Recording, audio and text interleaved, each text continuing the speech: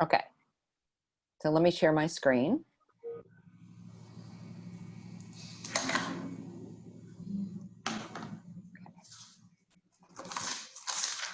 So we basically, the agenda for this next hour is, we've already introduced Seedstars and NXU. We're going to do a little bit of an exercise, or I'm going to walk you through a little bit of an exercise called the Wallet Project, and then pull it all together with an overview of design thinking, and then create an empathy map.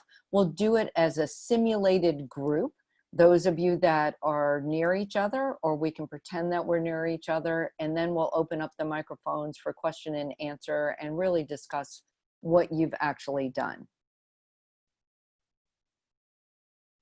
So I'm going to unshare this and actually walk you through something else. So just give me 1 second and we're going to talk about the wallet. So the first thing I want you to do is, if you have a piece of paper, your computer, or whatever you're doing, think about your ideal wallet. We all have a wallet. We all have something that we use to either carry money, carry credit cards, our phone, etc.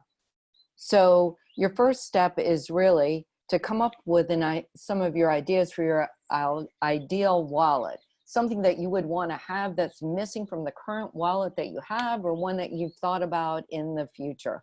So while I change the screen, I'm going to let you all think about that for about 1 minute.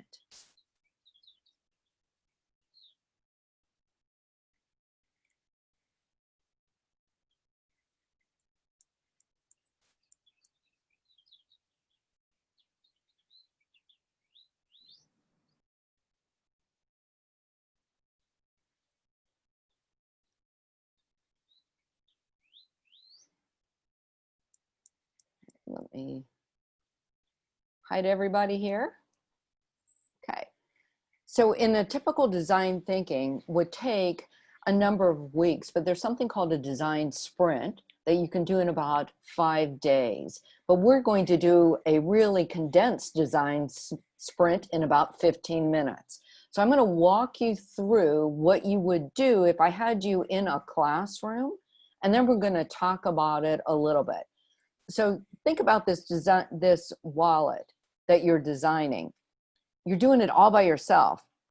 You're drawing an idea. How did it really make you feel? My guess is really not wonderful. I'm given this problem. I'm trying to figure it out all by myself. I don't have anybody else's input. It's only about me. So now we're going to try something a little bit different. And I'm going to walk you through that step. Just let me get to the next page.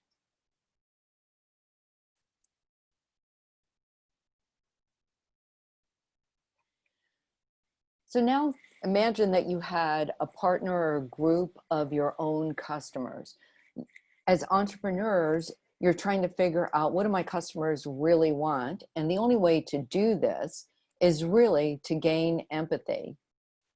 And I'm going to hold questions until the end. So, or you can write them in the question and answers, and we'll go through them as we go, and just to save time.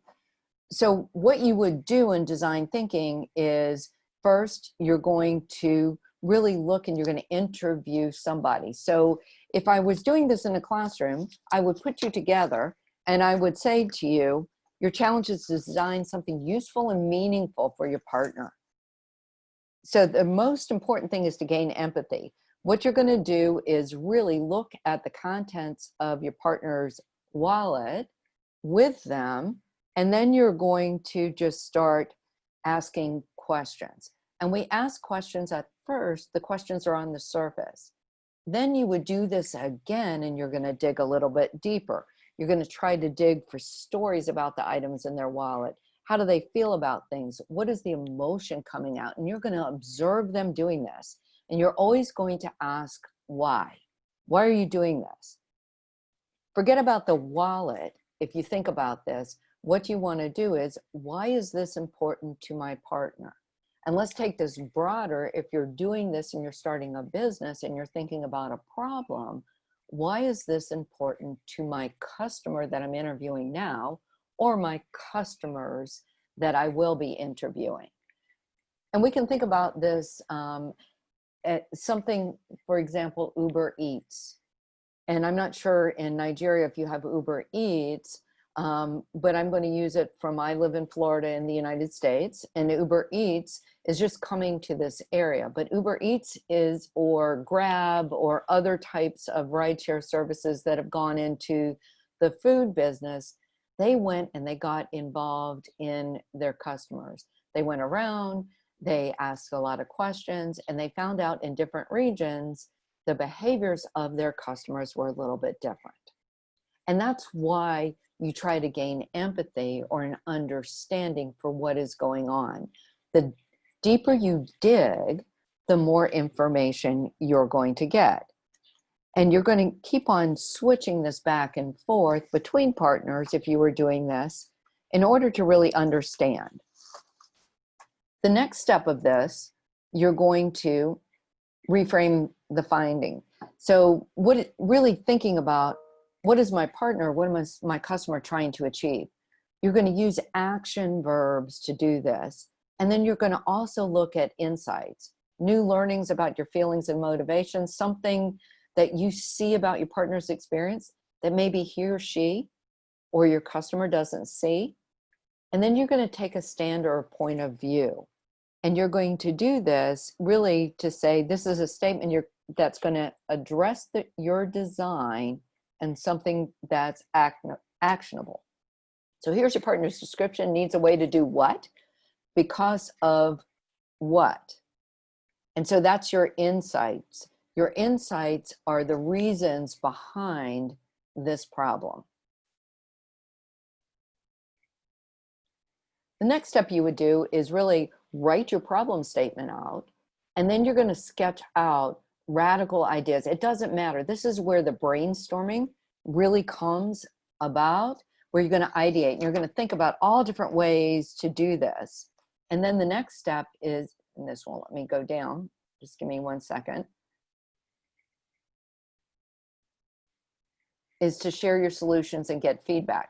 Because what you all think initially may not actually be what the customer thinks. So it's really an idea or an opportunity for you to learn about your motivation. Then you're going to take the next step, you will iterate. And so you reflect and generate on a solution. You'll take the big ideas, you'll take notes, and you're going to actually try to do this before you go into your actual design. And then you will build and test. And these are the basic phases of design thinking. So once you do this and find your solution, you're going to share it and you're going to get feedback. What worked? What could be improved? What are the questions? And what are some new ideas? And then you keep on doing this until you actually have your design. I'm going to stop here for a second. And I gave you a quick 5-minute overview of an exercise that we would be doing together. And when you think about it, the first step of this exercise is what we're going to focus on for the rest of this workshop, is really how do we gain empathy? And we're going to work on an exercise on empathy. But first, let me give you a little bit of background of what I just described very quickly. And also to kind of frame it for you of what design thinking is about.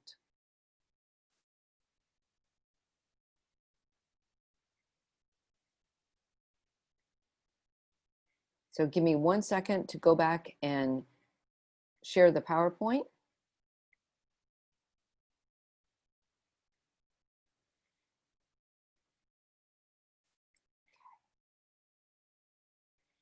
So when we think about design thinking, people use the term design thinking in a lot of different ways. It's really an approach used for practical and creative problem solving.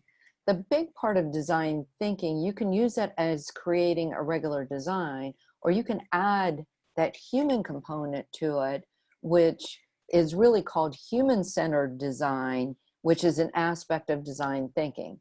but the goal is to seek to understand the needs and create solutions to meet the needs. It really evolved from a range of different fields: architecture, engineering, and business. Most of us have seen this through IDEO, and IDEO is through Stanford University, that has iterated on the model of design thinking.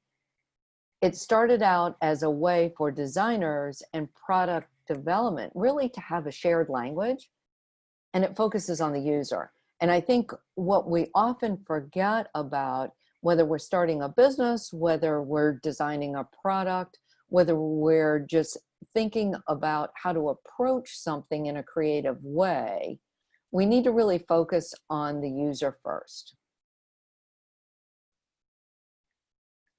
There are four main principles of design thinking: the human rule, all design activity is social; the ambiguity rule, its ambiguity or uncertainty is inevitable; experiment really despite of it. If we think about what's going on with COVID-19, it's very uncertain. We don't know what's going on. And my guess is you're going to see a lot of different healthcare apps, different types of things emerging very quickly using design thinking or a modified version of it. All design is redesign. Really, it's iterative. Technology and circumstances can change. Basic human needs remain the same. And then there's the tangibility rule: is prototypes make ideas tangible. Most people need to see something to allow to communicate, to allow for that change. So if we really look at the phases of design thinking, we start with explore or understand. And first step is empathize. You conduct research to develop an understanding of your user. So let's think about the wallet. You're really trying to figure out, okay, I have an idea of a perfect wallet. What does that perfect wallet look like for my customer? Then you define it. So you combine all this research of what you observed, where your users have the problems and where those problems exist. Then in the explore phase, you ideate, you generate a range of crazy creative ideas. This is where the fun really is when you're creating all these fun ideas. Then you prototype it, then you test it, and when it materializes into something, you return that feedback. And then the one phase that a lot of people forget in design thinking is the implementation. How are you really going to put the vision into effect? And if you think about all these phases, it really centers around good communication, good questioning, and why you should ask questions. So if you think about why most designers or leaders really don't ask the questions, some people really don't know what they need to uncover.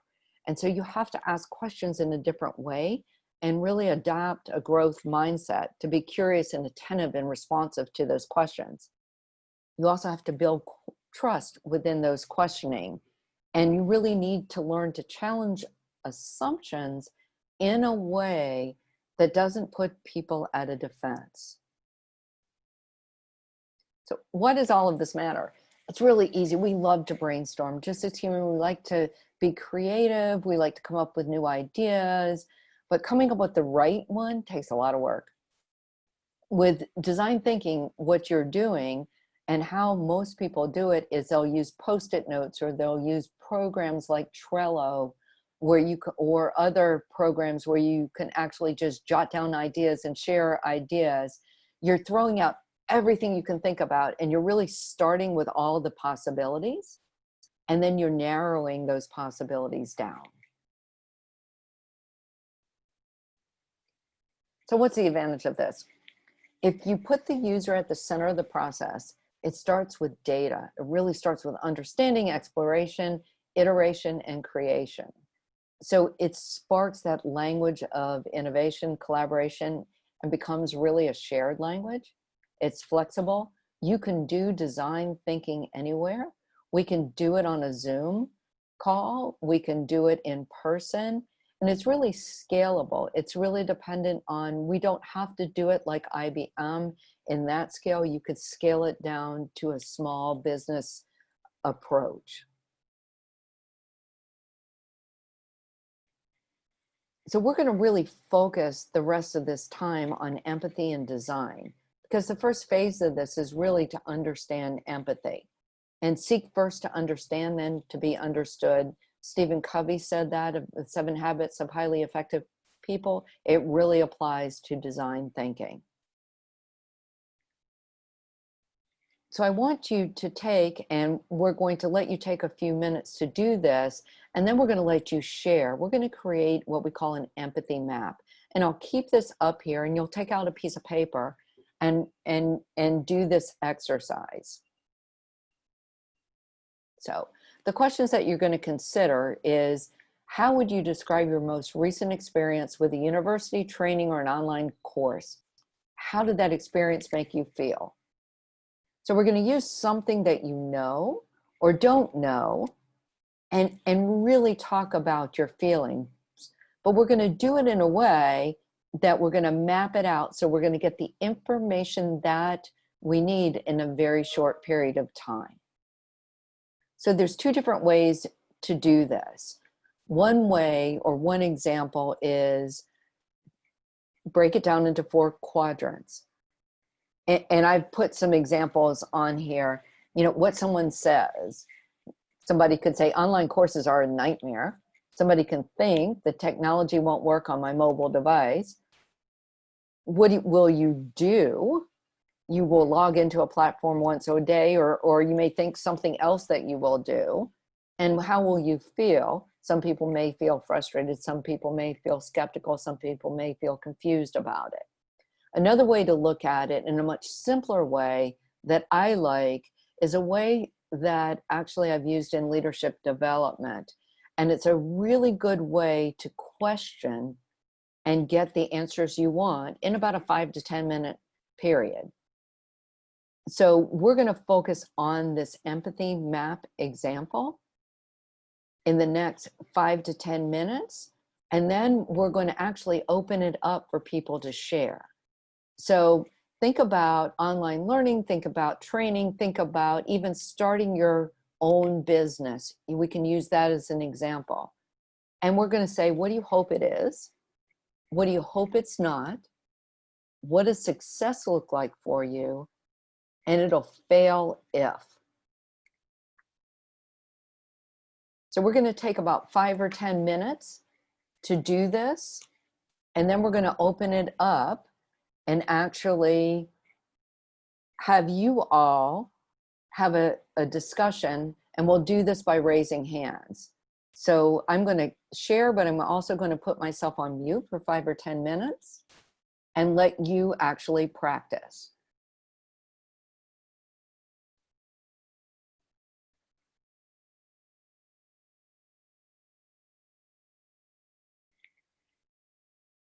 So go ahead and get ready.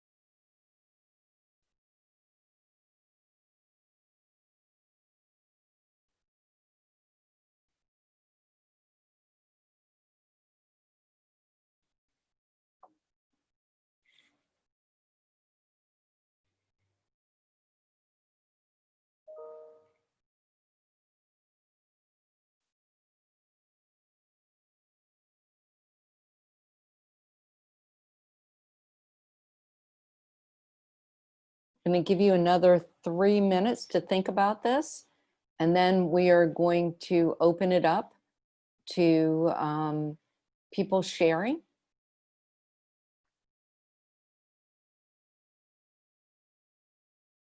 And then reflecting about how this exercise made you feel.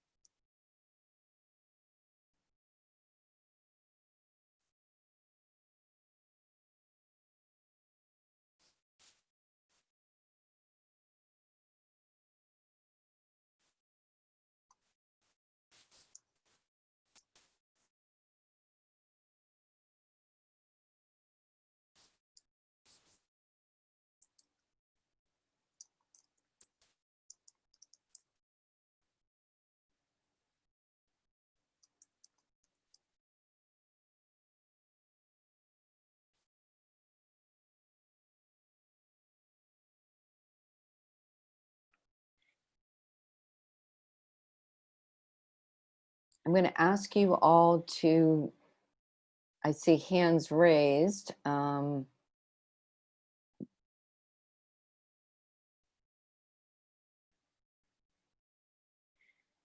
going to ask Al, who is from Seedstars, to be my guinea pig. And we're going to have you share first, if you don't mind, Al, since you have voice. Okay. All right. Good evening. Thanks for that.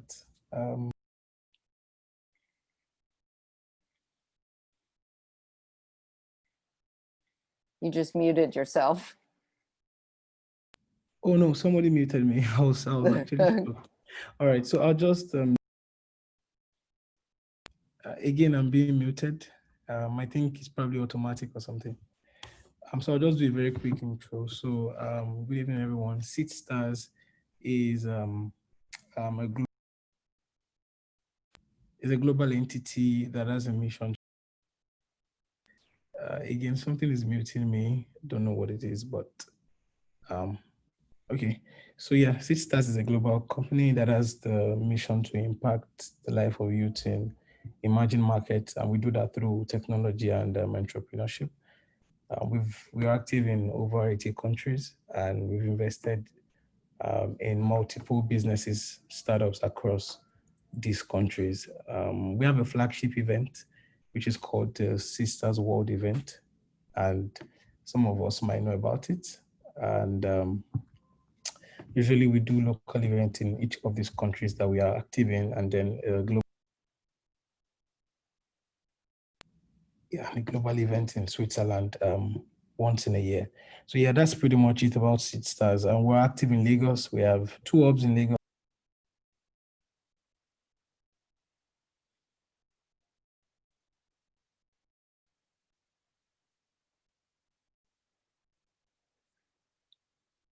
I think he somehow is off now, but I'm going to go back to what, there's 2 messages here. I'm going to go back to the original, what we were talking about with online learning, and I will share my screen again with the question of the PowerPoint. And I'm going to use what's in here as people have been writing in the chat, and we can just keep it in the chat. The templates will be shared. I can share the templates after. We'll send it out to the participants as well as the presentation. So a team said that online study is good for him. And then he said, I hope it's not a joke. And then success looks like, I think it's a good opportunity. And others say that I see online courses as a change to impacting their strength, their emotional towards the future. And if you all will kind of write in here, we can say, what do you think it is? And if there's a way for anybody to open up the microphone so that we can actually have a discussion, that would be absolutely wonderful. I don't know if I can do that or not. So let me unshare and see if I can do that. And I apologize for all the technology confusion.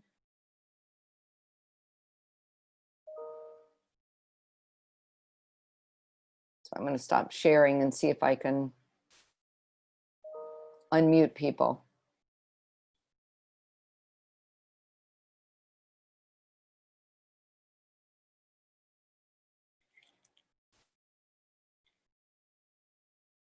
Okay, I did it. I think everybody should be able to speak now.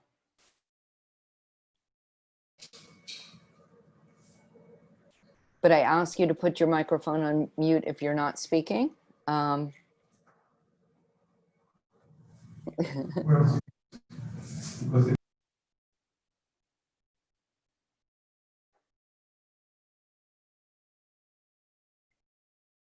Okay.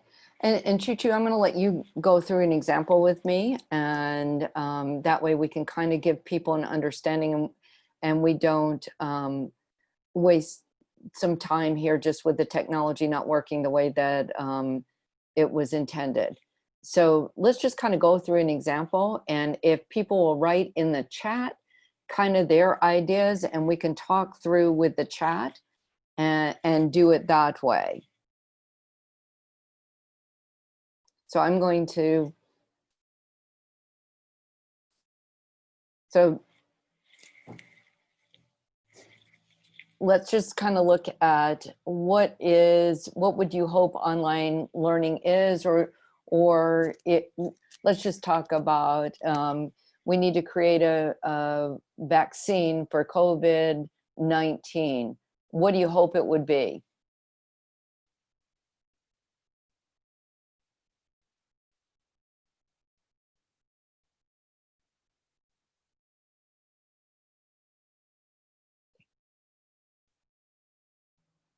Someone raised their, all right, hang on one second. If you raise your hand, I think I can allow you to talk.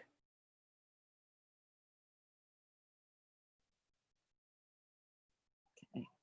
Jeffrey said, online learning is not as rosy as it seems. It really is tasking, but it comes with added advantages, and I will sum up these benefits in one word: freedom. Okay. So what do you hope it's not?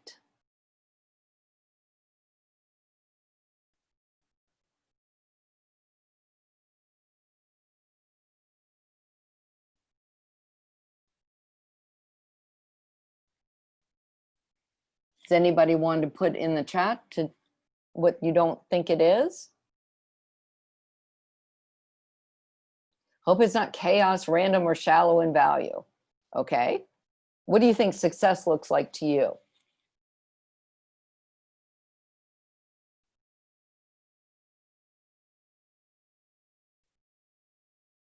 The idea of being free to do as you please and still achieve the things that cost people so much time learning or robotic, and you hope it's not undervalued.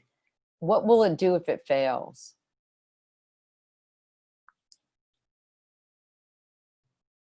Oops.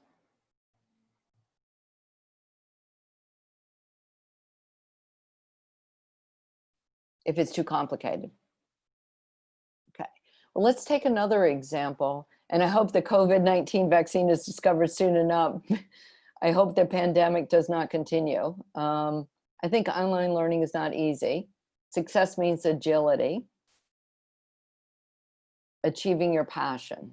Okay, so let's think about this as how you could use this if you were starting your own business.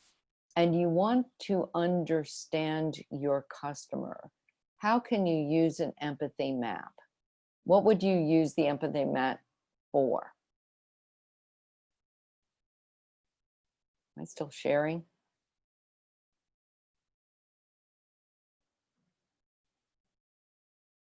I just need somebody to help me with the technology if possible.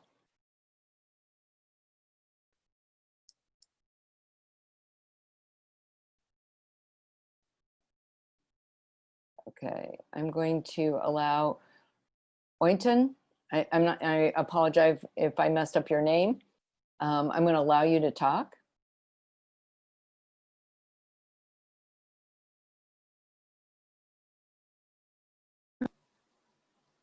Hello. Hello, you were talking. This working. Thank you. Yes. Okay, yes, you messed up my name, but you tried a little bit. And help me pronounce it correctly, please. Okay. Oyetum. Oyetun. It's a beautiful Yes, name. Thank you very much. Okay, so thank you for the course. So I feel that the map would help me understand the different goes through even before I start the business, and I'm well prepared to mitigate some of the roadblocks that I may meet because I would have preempted them before starting out, even though I will still come across some surprises, I think, but because to a large extent I've taken a step back before starting out to think about the different obstacles or the different results or the different roads that the business may lead me to. It gives me better planning, I think. Yeah. And you can use this tool similar to in business, you would use a SWOT analysis, you know, with our strengths, weaknesses, opportunities, and threats. It's very much similar to that, but gaining understanding by asking similar questions. So there's a lot of tools. If you think of design thinking as a process to help you, and it's a very strategic process, which is a guided process to get to develop something. But there's still other tools that you're going to use within business that will complement your design thinking tools. So you have to look at it as an entrepreneur, as a business owner, or just as a person that is trying to solve a problem, that there are multiple one tool is not the end all and be all. It's just a process to help you go through problem solving using the input from others. And what it says is that we can't do this alone. We really need to ask good questions, ask more questions, continue to clarify in order to iterate.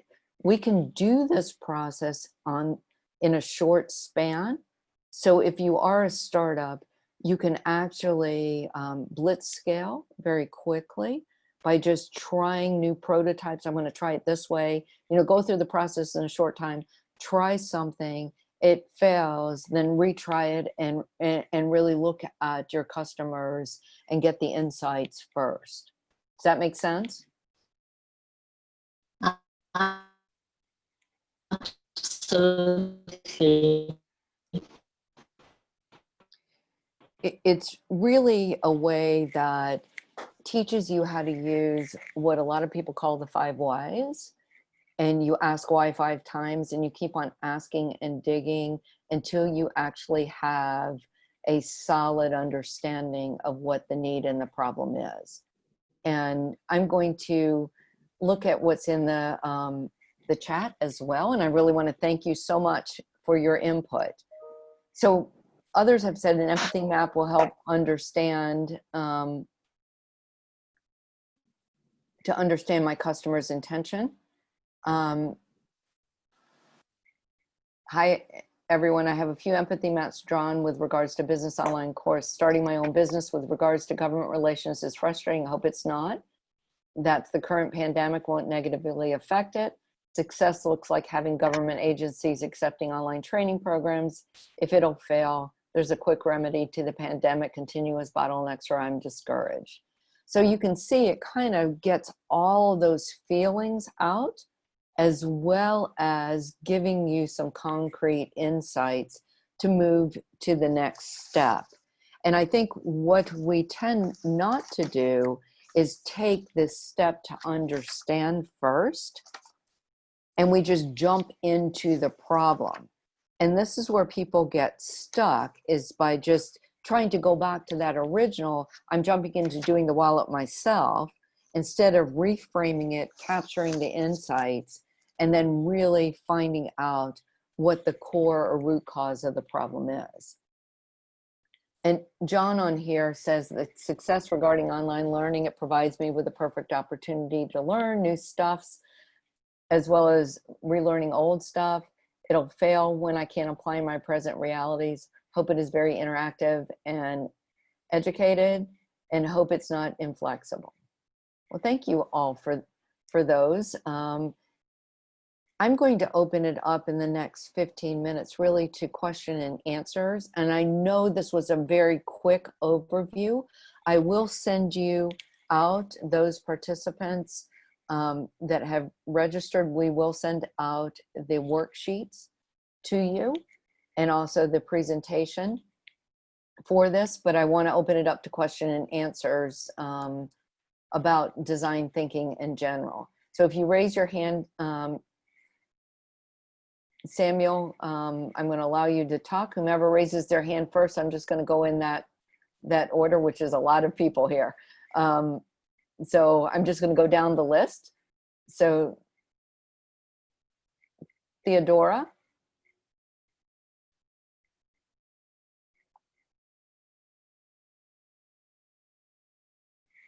Would you like to make some comments, ask a question?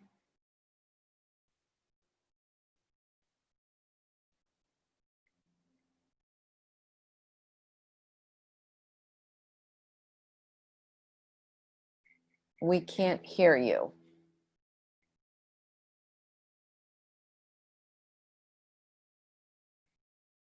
I'm going to let you type your question in the chat, and I'm going to go to Akufu.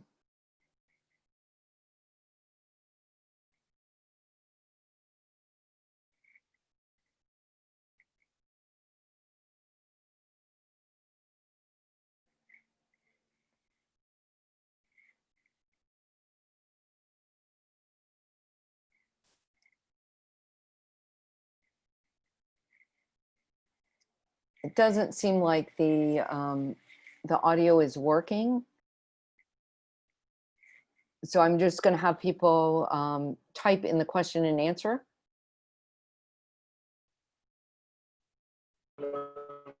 Okay, someone, Akufu, you want to, let's try it with you and see if it works.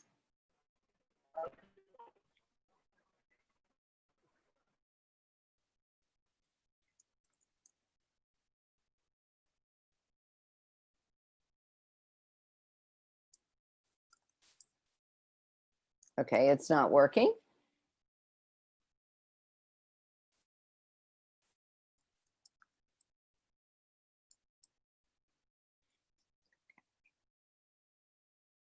I'm going to give you a few more examples just to think about design thinking and really look at what some people have done and think about how you can implement them in your own business ideas or just in life. Most of us have heard about Airbnb. Airbnb used design thinking really to build their culture about experimentation, which was really cool.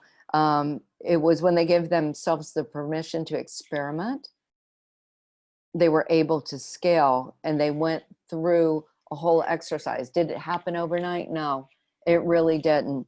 It really it took them a while to get through that area where things weren't working to where they were working. There's another case called the Clean Team, which is more applied to the social sector. The Clean Team applied design thinking to provide in-home toilets for Ghana. And what they were trying to do was, for millions of Ghanaians without in-home toilets, there weren't very many options available. So they worked with Unilever and the Water and Sanitation for the urban poor, and design thinking developed what they called a Clean Team, a sanitation system that served over 5,000 people in Ghana to make their life cleaner. So they went through the process of the stages of the design thinking in order to get them. IBM also, and they have their own way of looking at design thinking, really talks about, they built an entire design thinking team. And so this design thinking team actually has created what they call the Open Toolkit, which we can send out a link for that as well, to really look through their model. In a hospital, some people have looked at how do we look at the future of wellness. And so they went through a 2-day course to really explore how to improve the patient experience in an emergency room. So as you see, there was a design intended problem they were going through, and they used the process to go through to actually envision what the new experience would look like. I'm going to see if those with their hands can actually talk, if they want to say something, or I will read the questions. I think one of them is, okay, Samson, I can hear you.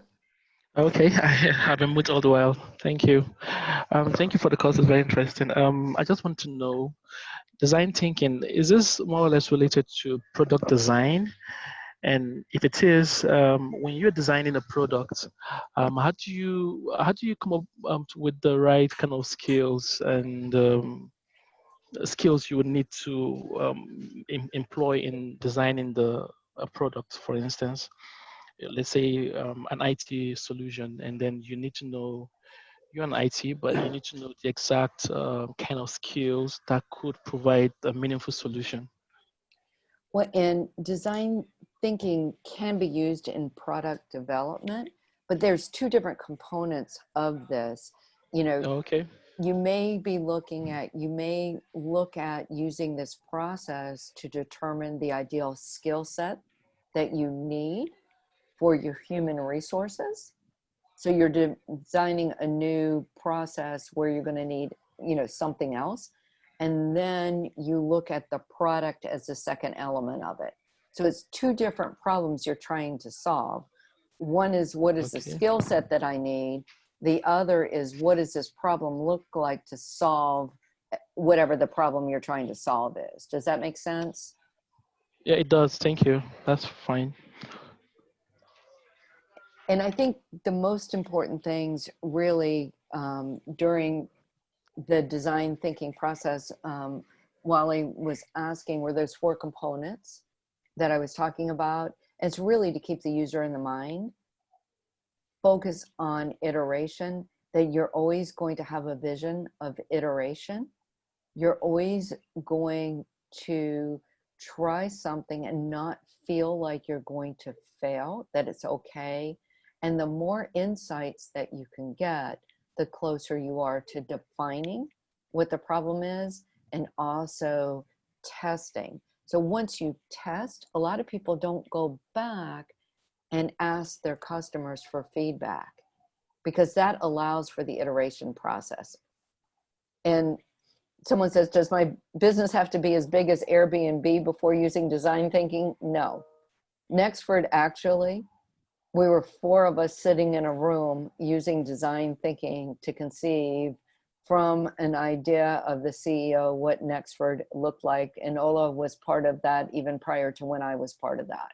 So you can do design thinking on a small scale, in a department, or on a very large scale like Airbnb. And if we think of Airbnb, Airbnb when it started wasn't what Airbnb is today.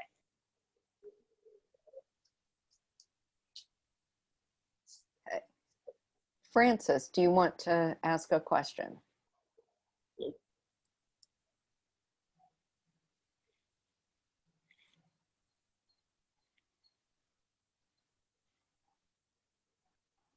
Hello.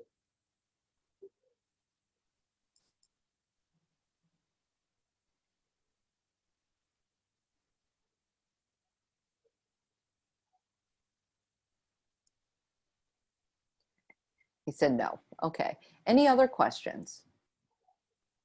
Hi. Hi there. Yes. Okay, so you mentioned earlier that design thinking is used in collaboration with other business tools, like the SWOT analysis, to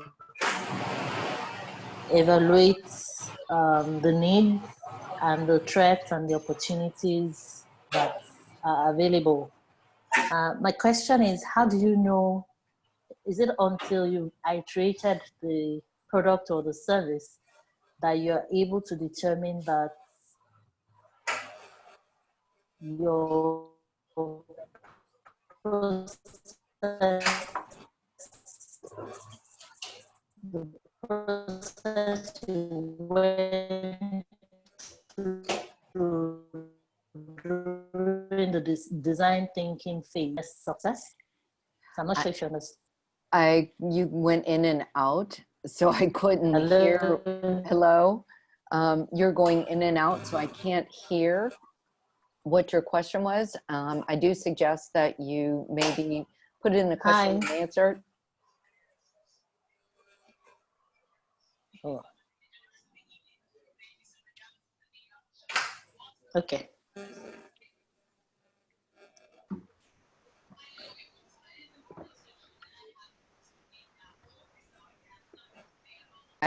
I'm sorry, I couldn't understand.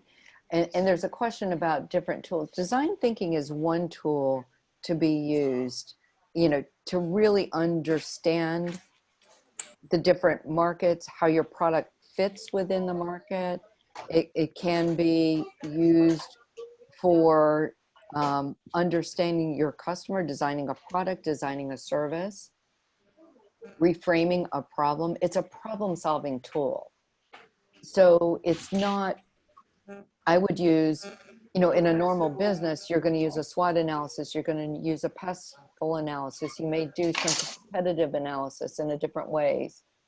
And so, so as a banker, as in the chat, you can use design thinking to really look at what products you want for your customers, or if you're designing a new product for your customers. Hi. Hi, who is this?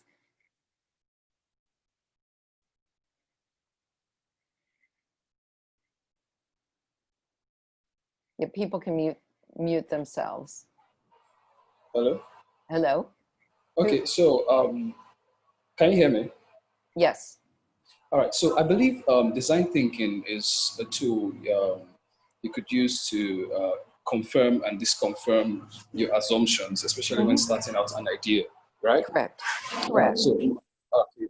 And it's also it's a question of finding the truth about your idea, because sometimes when we have business ideas, one of the first things we want to do first is to either write a business plan and come up with financial projections based on an assumption that is not fully, founded or grounded. All right, so I want to really understand, are they tools or maybe questions that we could ask ourselves when starting out in the design thinking process? Yes, the empathy stage is fine, but how do we gather data, accurate data about our customers? What questions do you ask them if you're going out to gather data about our customers. So what questions do you suggest we ask about the idea itself? And there's a list of questions based on what phase you are in design thinking that will help you gain your idea. And also each situation is a little bit different. And what I can do is also send you out just a list of a number of sites that you can use that have really good questions to get you started.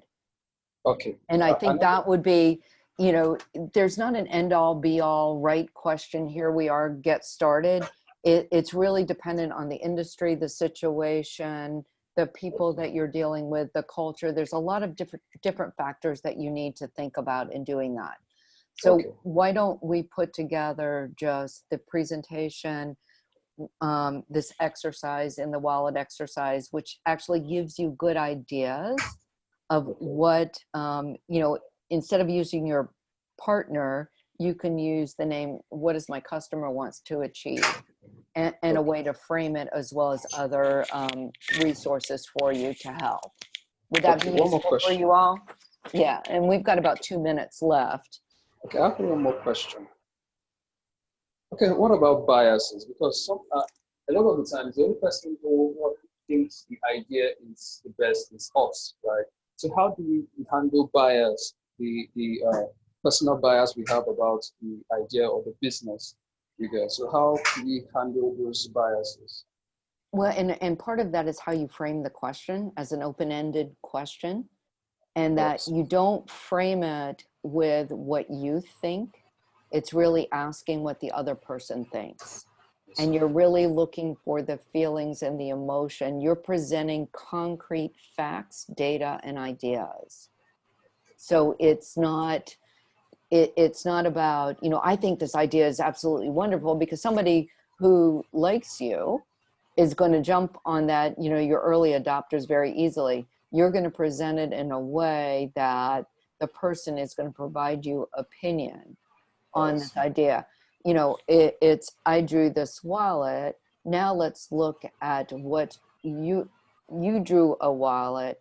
What's in your wallet? Or, have you seen this before? And what have you seen about this before? And so looking at, why is this important? What do you think it's going to be important? And asking questions more open, about them will help frame it a little bit better. Okay, no problem. Thank you. Well, thank you all for attending, and thank you for bearing with the technology and experimenting with us.